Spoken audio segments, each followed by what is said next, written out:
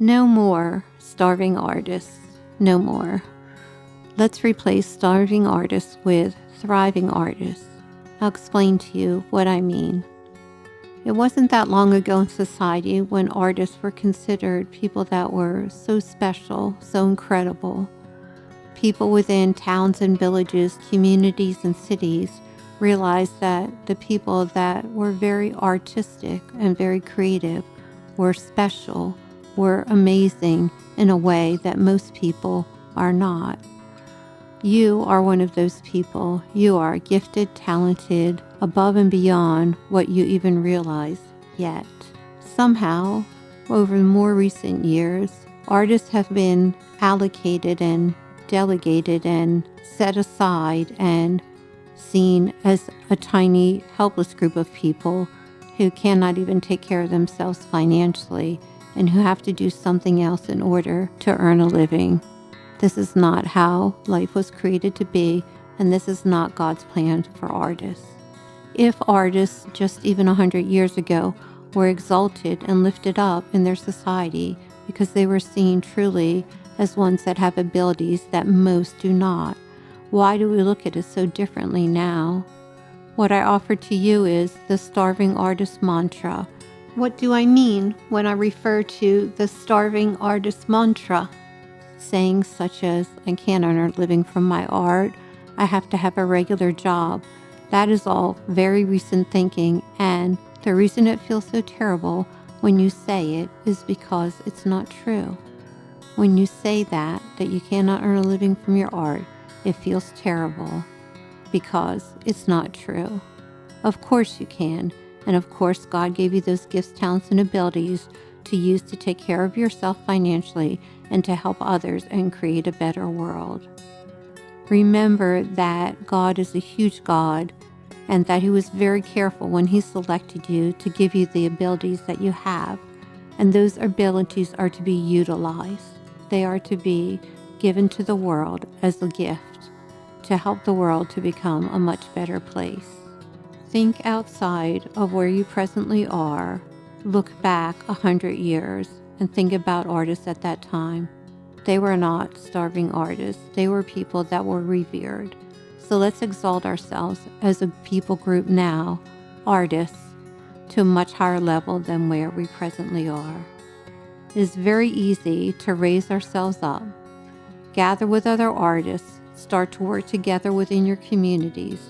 Create projects that contribute financially to your communities and that also pay you handsomely for your artwork. Creative ideas will come to you when you gather together with other artists and make simple statements at your meetings. State things such as, what projects can we create to help our community and to raise money for ourselves and for our art? Make statements such as, who can we help? And in that, how can we gain a living from our art? Think outside of where you are. Think outside of all the comments that people have made about artists not being able to support themselves financially. Forget about family members, teachers, or anyone that did not uplift you and uphold the gifts that God gave you. If others lack vision as to what you can do not let that be a deterrent. They simply do not know what they're talking about. And when you and your artist friends reach the place where you've done so much good for your community and brought so much money into your own lives, those people who stood in judgment of you and told you it could not be done and that you had to have a quote-unquote real job, those people will have silence, only silence, because they will not be able to say anything else about all that you and your artist friends have accomplished. Move forward. Remember, do not utter the words, starving artist. Do not ever speak something like that over yourself. Talk to your friends and make an agreement that as artists, you will only call yourself thriving artists, and therefore that is what you will be. Trust me, please, that I've done the same, and that creative ideas will come to you. You can be bold with your artist friends, work on projects together, and create something that has never been before in your town, city, or neighborhood. Look for causes, people animals, plants that you want to help in the area where you live. And together as a group of artists, create projects that are now not in existence. Projects such as weekly markets, holiday events, fundraisers, and as groups of artists gather together. Why not? Why not? How many other unions are there? How many other groups are there? Parents, teachers, these people all have groups when they gather together, and they know there's power in numbers in a positive way, meaning they can put their efforts together.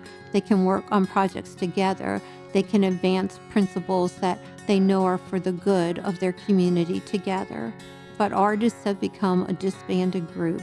Artists have become isolated, even from one another. It is time for change, is it not? It is time for change. It is time for you to gather together with your artist friends and create community projects, create markets, create fundraisers.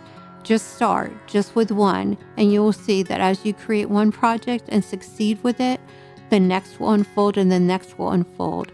And within a couple of months, within a year, your lives and the lives of other artists and the area in which you live will be transformed into something that's beyond recognition in every positive way.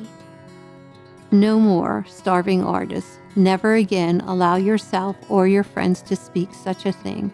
You are thriving artists, and you are here to change the world. God loves you, and I love you.